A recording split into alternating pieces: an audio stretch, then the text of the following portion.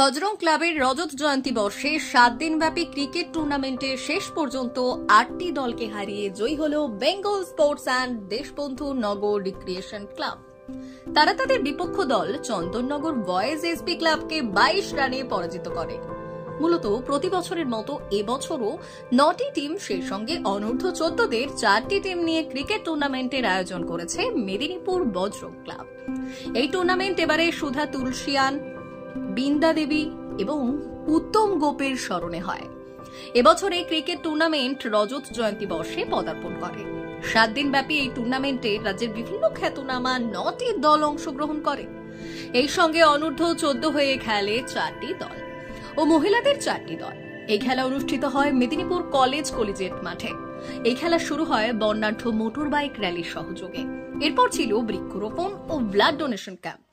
পরবর্তী দিনগুলোতে ছিল অনূর্ধ্ব 14 খেলোয়াড়দের নিয়ে ক্রিকেট খেলা, পাশাপাশি মহিলাদের নিয়েও ক্রিকেট টুর্নামেন্টের ব্যবস্থা।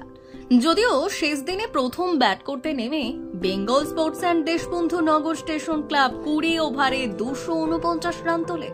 এরপর ব্যাট করতে নেমে জোর লড়াই দিয়ে শেষ পর্যন্ত 22 রানে পরাজিত হয় চন্দননগর বয়েজ এসপি ক্লাব। এদিন টুর্নামেন্ট শেষে তারা জিতে যায় 3 লক্ষ টাকা prize money.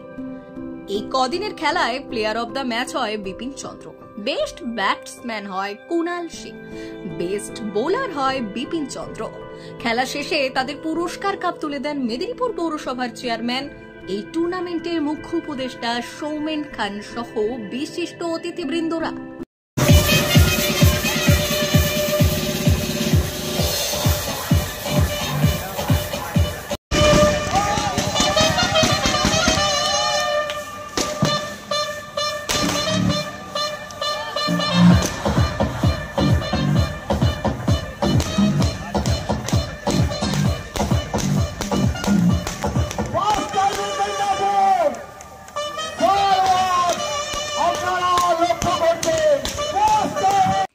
D news, Medinipur.